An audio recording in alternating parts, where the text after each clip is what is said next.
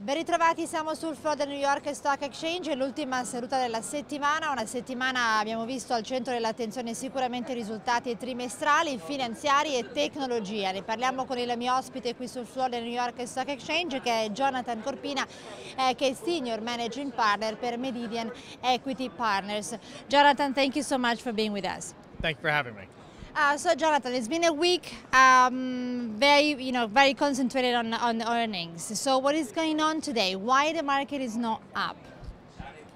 Well, you know, the Dow right now is up. There's a little disconnect in our markets right now. We've got the Dow is up, the S&P and NASDAQ is down. Looking at this week, it was a short week. Monday, the markets were closed due to a holiday, so it seems like there's a lot of trading activity and a lot of information that's been condensed into 4 days. As we've been getting into earnings season, historically earnings season has a nice little boost to our markets that we've seen over the last 7 or 8 quarters, and that's exactly what we've been seeing here in our earnings season. But what's been different this time is that the companies have been meeting the analyst expectations, but the revenues have been missing, and the outlook moving forward has become quite cautionary. So it seems like we've gotten to this point where some sort of reality has set in about what the future might look like. And I think investors like to see both sides of that fence. They like to see that they are meeting their analyst expectations and they are in the right path, but where are we going to be moving forward? Where are these companies going to be moving forward? Investors like that information, but so far earnings season has been net a positive effect on our markets, and we continue to move higher and higher. This week we crossed through the 1300 level in the S&P, which is a very, these round 100 levels have become psychological levels that take a while to break through, but it seemed like 1300 we broke through rather quickly and have stayed above it.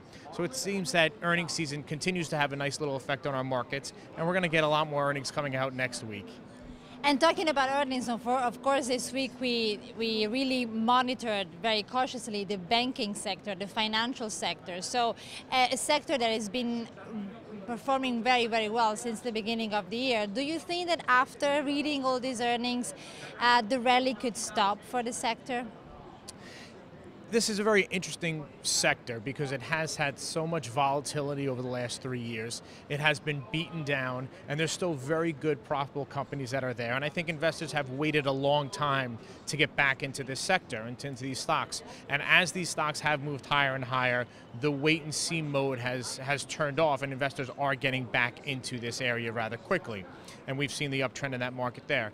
Historically, financial companies are a leading indicator to some of the other sectors that are out there. So I think that's also playing part into our upswing in the market here. These companies, if you look at the bigger, the major banks, the financial institutions that are out there, they will continue to be profitable. There's a lot of rules and regulations that have been changing over the years that have affected their profitability, but it seems like they've been able to find their ways to follow the new rules and new regulations to be able to maintain their profitability. If you look at some of the big companies like Goldman Sachs, JP Morgan, Citi, a lot of their revenues are based off of trading revenue that has been down, but other areas, investment banking, have been up that have offset some of those losses out there. But what I think investors are always wary about when talking about the financial sector is exposure to Europe, and what can happen if this crisis in Europe continues and doesn't get rectified. And that just doesn't always only pertain to financial. There are plenty other S&P 500 companies that have significant exposure from profits in Europe. Yeah, like GA this morning that said that it's going to reorganize Europe just because of that issue. So of course Europe is going to be crucial in the coming weeks too. Next week, a lot of earnings, as you were saying, a lot of possible news coming from Europe. So what are you looking at for the next week? So those are two factors. One, Europe. Everyone's going to continue to watch Europe until this gets rectified. Two is earnings. And there's not a lot of economic data coming out next week. So the third thing that we're going to be looking at, FOMC decision is coming out next week. We know that they're not going to change rates at this point right now.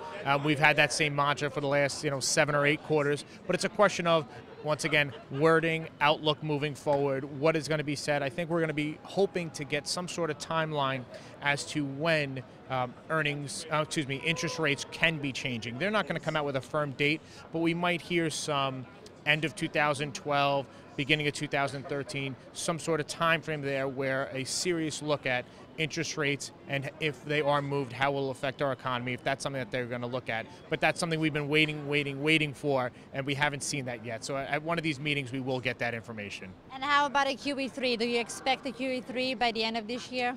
Looking at, if you're looking at the basic structures of the market and what we've seen so far, you can argue either way. You can argue saying, yes, we still need it because the company's finances need help and our economy needs this help and needs this pump.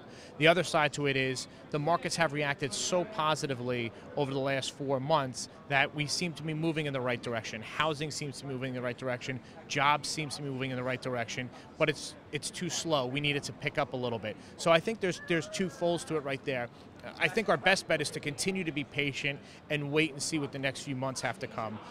We do get to a point where if we get deeper in the year, it's an election year. We have an election coming up. That always has an effect on our market, good, bad, or indifferent. I think investors want to wait and see how that's going to play out. We've seen some Republican candidates take a step back and others take a step forward. As we see that more, I think investors will feel a little bit more comfortable with who the participants are going to be come the end of the year. Great. Thank you very much, Jonathan Corpina. Pleasure.